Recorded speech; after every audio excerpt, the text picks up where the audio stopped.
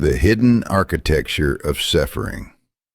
Why being human hurts. Let me begin with a question that almost everyone has, asked often in silence, often at night. Why does life feel so painful? Why, even when things seem to be going well, is there a quiet unease beneath the surface? Our bodies age, they weaken, break down, and eventually betray us. Our minds, meanwhile, never settle. They oscillate between desire and fear, hope and regret, attachment and anxiety, across all traditions of Buddhism, including Tibetan. Buddhism, this universal human condition, is described through a framework known as the 8 sufferings, or Palgo. This is not theology. It is a diagnosis of the human condition. First, there are the 4 sufferings of the body: the pain of being born, the pain of aging,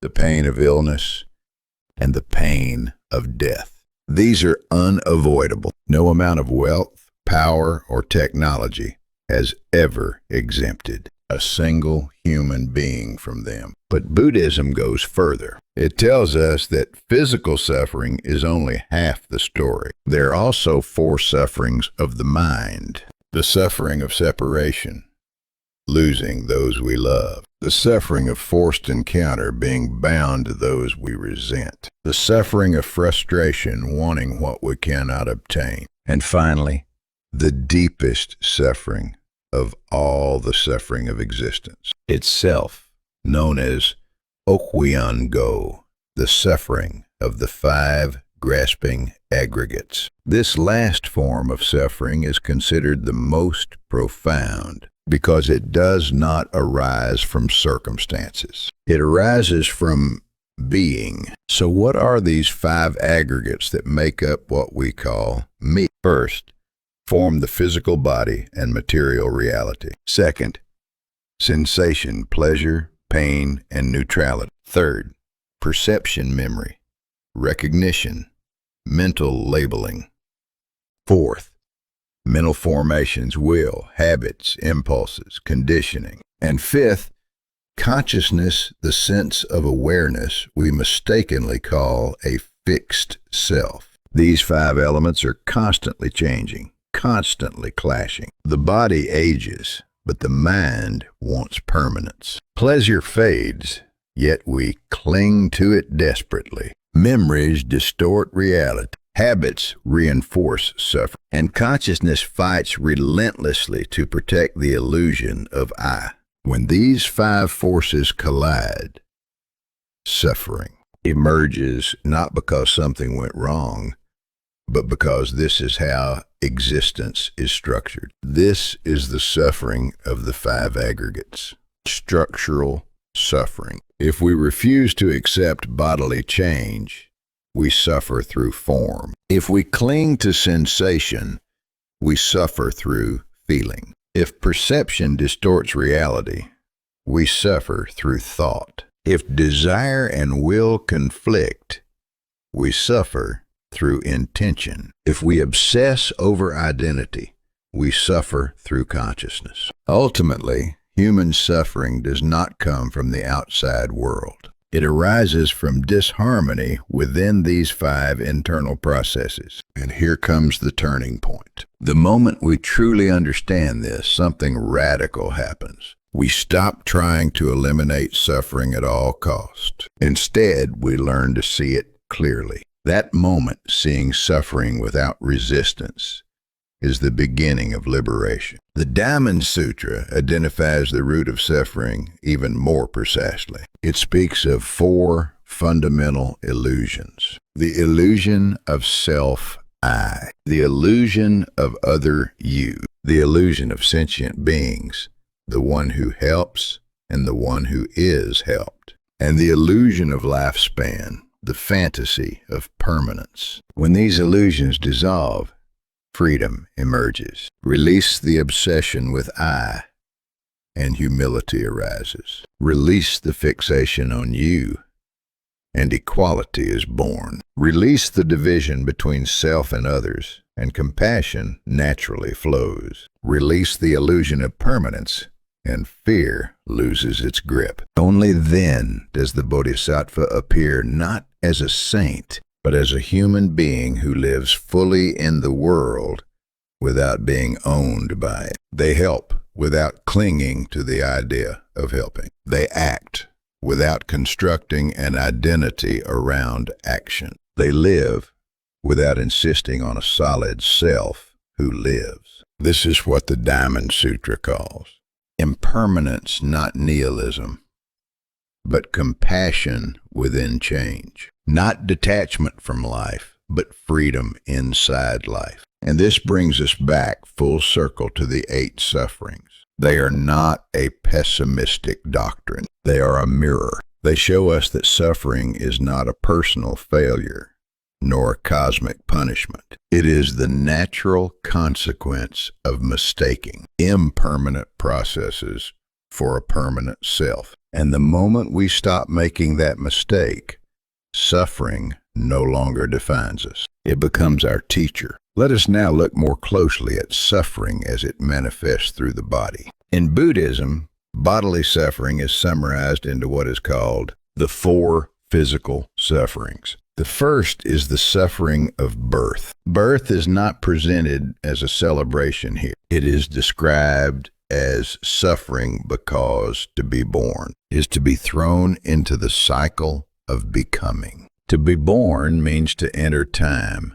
limitation, dependency, and vulnerability. The classical Chinese character for birth carries multiple meanings. To be born, to give birth, to live, to survive. And when paired with the character for suffering, it reminds us of something uncomfortable, yet honest. From the very moment life begins, struggle begins with it. The second is the suffering of aging. Aging is not merely the passage of time. It is the gradual loss of strength, speed, memory, and independence. It is the quiet humiliation of discovering that the body no longer obeys the mind. Modern culture tries to hide this truth with cosmetics, technology, and denial, but no civilization has ever escaped it. The third is the suffering of illness. This includes physical disease and mental disorder alike. Illness strips away the illusion of control.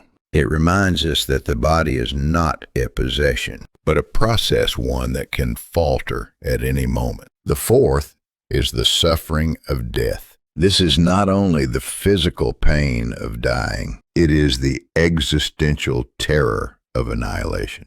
The fear that everything we have accumulated, memories, identities, relationships, may dissolve without remainder. These 4 sufferings belong to the body. They are unavoidable. But Buddhism insists that bodily pain alone does not explain the depth of human anguish. So it turns to the 4 sufferings of the mind. First, the suffering of separation.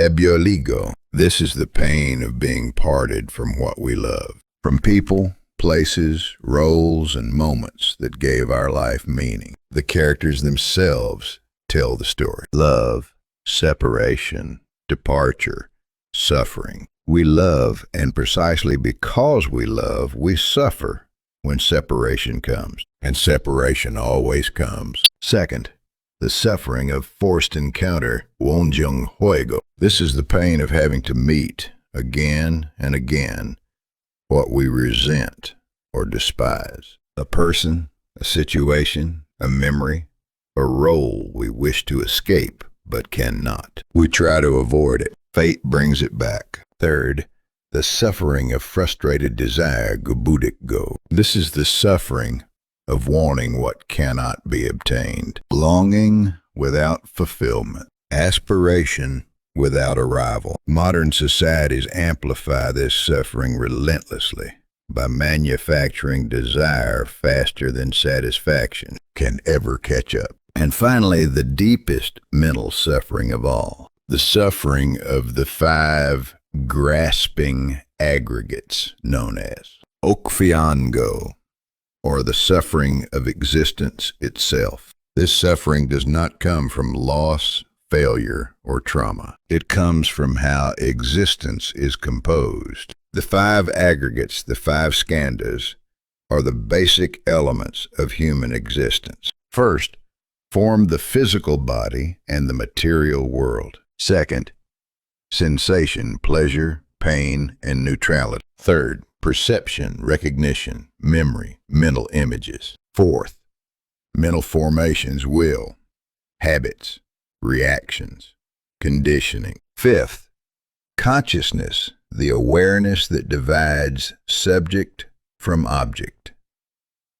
By themselves, these are not suffering. Suffering arises when we cling to them. This clinging is called grasping chi. When the body ages and we refuse to accept change, suffering arises through form. When pleasant sensations fade and we demand their return, suffering arises through feeling. When perception distorts reality and we believe it absolutely, suffering arises through thought. When will and desire collide with reality, suffering arises through intention. When consciousness constructs a rigid self and defends it at all costs, suffering arises through identity. All suffering ultimately traces back to attachment to these five processes. This is why Buddhism describes DOUK1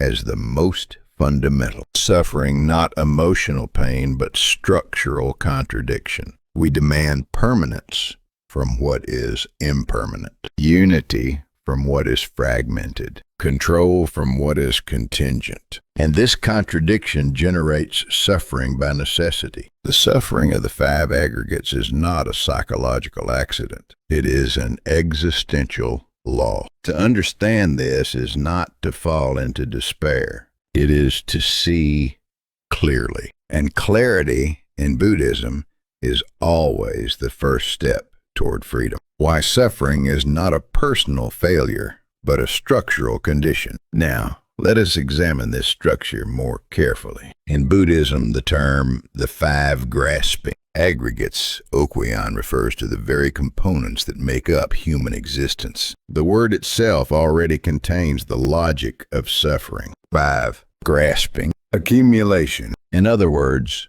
suffering begins the moment we take these elements, cling to them, and call the result me. Buddhism explains the human being not as a solid entity, but as a temporary convergence of five processes, known as the five aggregates. First, form rupa, the physical body and the sensory organs. Second, sensation vedana, feelings arising from contact pleasure, pain, or neutrality. Third, perception samnya, recognition, memory, mental images. Fourth, mental formations samskara, will, habits, desires, reactions. Fifth, consciousness, vijnana, awareness, the sense of I am. Together, these five create everything we experience as a human being. But here is the critical insight. These five elements are not unified. They are not stable. They constantly interfere with one another. And from that internal friction, suffering arises. This is why the suffering of the five aggregates is called structural suffering. Let us look at each one. First, form the body. All matter is impermanent. This is what Buddhism calls impermanence. Nothing remains fixed. Nothing stays as it is. The body changes moment by moment. Youth becomes aging. Health becomes illness. Life moves inevitably toward death. Yet our consciousness refuses to accept this. The body changes, but the mind wants continuity. The body weakens, but the self-image remains frozen in time. And from that gap between physical reality and mental, resistance suffering is born. You may recognize this moment. I still feel young inside, but the face in the mirror disagrees.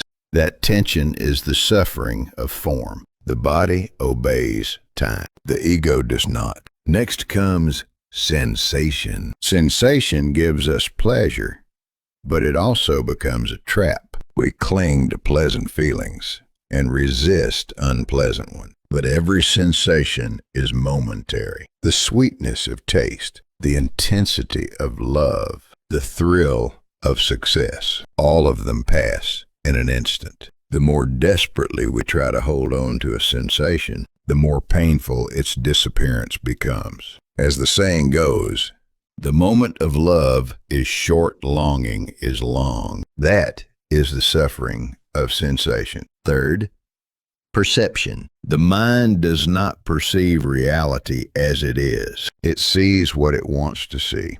It remembers what confirms its story. Through perception, we distort the world. We react to images rather than truth, to appearances rather than substance, to shadows rather than reality. This is why disappointment and conflict are constant. Consider this familiar scene. You scroll through social media, see the polished lives of others, and suddenly feel small, inadequate, behind. That suffering does not come from reality. It comes from distorted perception. That is the suffering of perception. Fourth, mental formations, will and habit. Willpower drives us forward, but it is also a primary source of mental exhaustion. I must be like this. It must turn out that way. If it doesn't, something is wrong. When these thoughts accumulate, the mind never rests. Mental formations are always reacting, comparing, competing, calculating. For example,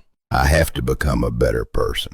When this thought turns into self-pressure, when growth becomes self-punishment, that is the suffering of mental formations. The will that once motivated us becomes the force that burns us out. And this brings us to a crucial realization. Suffering is not a flaw in your character. It is not a failure of effort. It is not a sign that something is wrong with you. It is the natural consequence of trying to build a permanent self out of impermanent processes. The five aggregates are not the problem. Grasping them is, and until this structure is seen clearly, suffering repeats itself again and again, not because life is cruel, but because misunderstanding is persistent. Consciousness and the illusion of I, how the self becomes the deepest source of suffering. Finally, we arrive at the fifth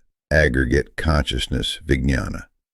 Consciousness is the sense of I am. It is the inner voice that says, this is me. But here is the unsettling truth, that me is not a substance. It is a temporary arrangement. Body, sensation, memory, and habit briefly assemble, and we give that assembly a name, I. Yet we mistake this name for something permanent, and when this imagined self is threatened, we react with anger, fear, and sorrow. For example, when someone dismisses your opinion, or when your name is no longer called, or when your role disappears, the pain you feel is not physical. It is the suffering of consciousness, the suffering of identity. This is what Buddhism calls the suffering of the consciousness aggregate. Let us summarize. The suffering of the five grasping aggregates means this. When the five components that make up existence collide, human beings suffer. The body changes. Sensations fade. Memories distort. Will clings. And consciousness desperately tries to hold on to a solid self. Because these five are unstable and constantly shifting, existence itself becomes a field of unease, a structural condition of suffering. This teaching is not pessimism. It is Eastern existentialism. We suffer not because the world is cruel, but because existence is impermanent, because everything that arises must change. When this truth is deeply seen, we begin to loosen our grip on the illusion of I. And that loosening is the beginning of liberation, nirvana. At the threshold of this liberation, the Diamond Sutra offers a final warning. A warning against 4 fundamental illusions. The illusion of self-I. The illusion of other you. The illusion of sentient beings. The one who helps and the one who is helped. And the illusion of lifespan. The fantasy of permanence. Only by releasing these 4 can a bodhisattva walk freely in the world. Release one, and humility emerges. Release you, and equality grows. Release the division between helper and helped, and compassion blossoms. Release the obsession with life and death, and fear dissolves. Then the bodhisattva lives in the world without being owned by it, helps without clinging to the idea of helping, acts without constructing an identity around action. This is the compassion of impermanence, the wisdom of the Diamond Sutra. Now, let us look more closely at these 4 illusions themselves. The Diamond Sutra, in chapter 14, Freedom from Form and Quiet Extinction, states, Subhuti, if a bodhisattva holds the notion of self, of person, of sentient beings, or of lifespan, that person is not a true bodhisattva. In essence, this line declares, true awakening does not abide in any fixed form. Let us examine the terms. Self-form, Atma Lakshana, the belief that there is a solid me. Person form, the fixation on others and relational identity. Sentient being form, the division between savior and saved. Lifespan form, attachment to eternal existence. The Diamond Sutra insists that only by releasing all 4 does one become a true bodhisattva. Let us begin with the first, the illusion of self. The grasping mind says, I did this. My opinion is correct. This achievement belongs to me. The awakened mind whispers instead. All things arise through conditions. There is no fixed owner behind the action. When trapped in the illusion of self, comparison and pride multiply endlessly. But the moment non-self is realized, even merit itself is no longer claimed. It is seen as part of the vast movement of the universe. And with that realization, the deepest layer of suffering begins to dissolve. Beyond you and me, how separation, compassion, and fear of death create suffering. Let us now turn to the second illusion warned against in the Diamond Sutra, the illusion of the other, known as person form. This is the mental habit that divides the world into you and me. The grasping mind speaks like this. That person is different from me, better than me, worse than me. The awakened mind responds differently. That person feels joy and pain just as I do. At the deepest level, we are not separate. When we are trapped in this illusion, we constantly judge, resent, and compete. Comparison becomes automatic. Conflict becomes inevitable. But when the mind of equality is cultivated, something shifts. In the flaws of others, we begin to recognize our own ignorance. And by releasing judgment, by forgiving, we do not free them first. We free ourselves. Next comes the third illusion, the illusion of sentient beings, the division between the helper and the helped. The grasping mind declares, I am the one who saves the suffering. The awakened mind replies, the other is not fundamentally lacking. They too possess awakening. In helping them, I am also being helped. When this illusion is not released, even compassion becomes corrupted. It turns into moral superiority, into subtle arrogance. True compassion does not arise from doing good. It arises from non-separation. Not I help you, but we are not two. Now we arrive at the fourth and final illusion, the illusion of lifespan, the fantasy of permanent life or absolute annihilation. The grasping mind whispers, one day I will die and everything will end, or it insists, my soul must exist forever. The awakened mind teaches otherwise. Life and death are not two. In each breath, arising and passing occur together. As long as we cling to this illusion, we fear life and recoil from death. But when impermanence is clearly seen, death is no longer an ending. It becomes a doorway of transformation. Every breath you take is already a beginning. Let us now gather these insights. When the illusion of self is released, humility arises. When the illusion of other dissolves, equality grows. When the illusion of sentient beings falls away, genuine compassion blossoms. When the illusion of lifespan loosens, fear of life and death fades. Only then does the Bodhisattva truly appear. They live in the world without clinging to it. They help without holding the thought, I have helped. They live fully without constructing a fixed one who lives. This is what the Diamond Sutra calls formless compassion. Compassion rooted in impermanence, not identity. To summarize, the illusion of self is attachment to ego. The illusion of person is separation from others. The illusion of sentient beings is fixation on their supposed deficiency. The illusion of lifespan is attachment to continuity. As long as these remain in the mind, we continue to compare, to rage, to fear, and suffering remains unavoidable. So the question becomes, how do we practice letting them go? Let us begin with the first, releasing the illusion of self. This is the practice of non-self. It means learning to see everything. What you did, what you own, what hurt you, as the result of conditions coming together. So how does this look in daily life? In meditation,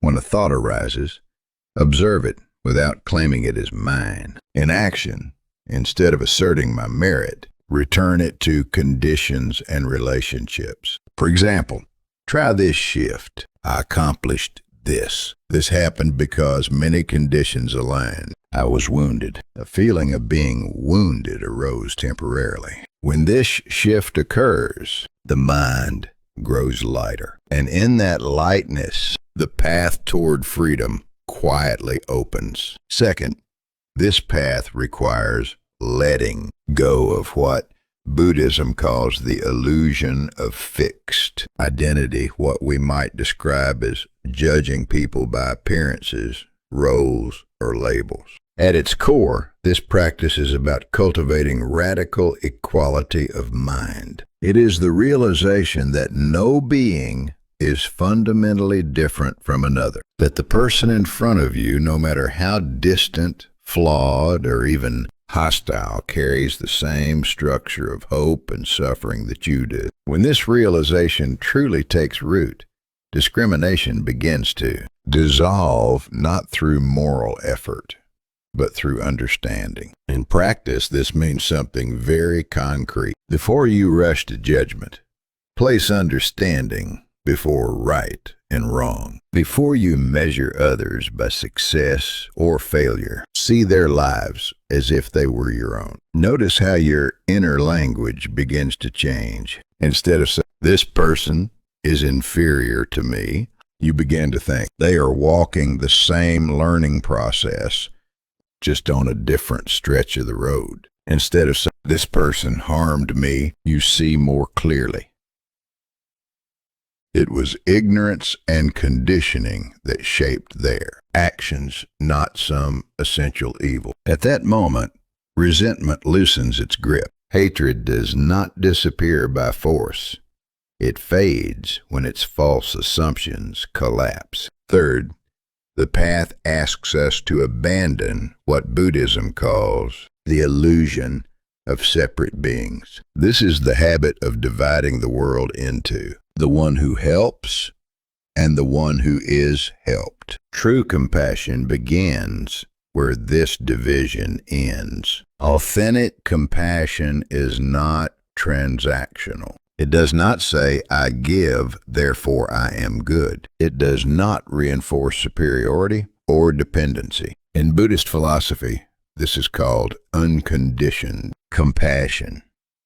Compassion without contracts, without roles, without self-congratulation. It is care offered not because of relationship, obligation, or identity, but simply because existence itself calls for it. This is considered the highest expression of compassion, not sentimental kindness, but clear-seeing solidarity with all life. So how do we practice this? When you act generously, release the thought, I helped someone. Instead of seeing others as pitiful, recognize them as inherently whole, even in their suffering. Your inner dialogue shifts again. Instead of thinking, I should help this poor person, you realize there is no other. In meeting them, I am meeting myself. Instead of saying they are unenlightened, you understand they are approaching truth in a form I do not yet recognize. At that point, compassion no longer depends on judgment. It flows naturally, without boundaries. Fourth, the final illusion to release is what Buddhism calls the illusion of a permanent self, the belief that life and death are separate, opposing events. The key insight here is impermanence. Life and death are not two distinct realities. They are phases within a single continuous process of change. Nothing truly ends. Nothing remains fixed. Practice begins with a shift in how you relate to death. Instead of meditating on death as annihilation, contemplate it as transformation. Instead of searching for meaning in the future, experience this present breath, this sensation, as the entirety of life itself. Your language changes once more. Instead of saying, one day I will die, you recognize in every moment something is being born and something is passing away. Instead of insisting, the soul must exist forever, you see more clearly.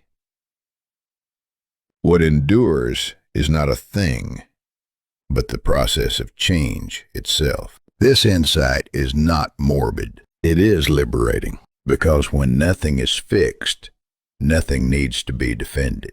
To summarize, letting go of these illusions means dissolving the false boundaries between self and other, life and death, existence and non-existence. This, according to the Diamond Sutra, is the true mind of a bodhisattva. A bodhisattva lives in the world without being trapped by it, helps others without clinging to the identity of helper, lives fully without grasping at life itself. Only then does suffering lose its foundation, and all things return to emptiness not as nothingness, but as freedom. Our pain is not a failure of life. It is built into the very structure of existence. When we stop resisting that truth, we do not become hopeless.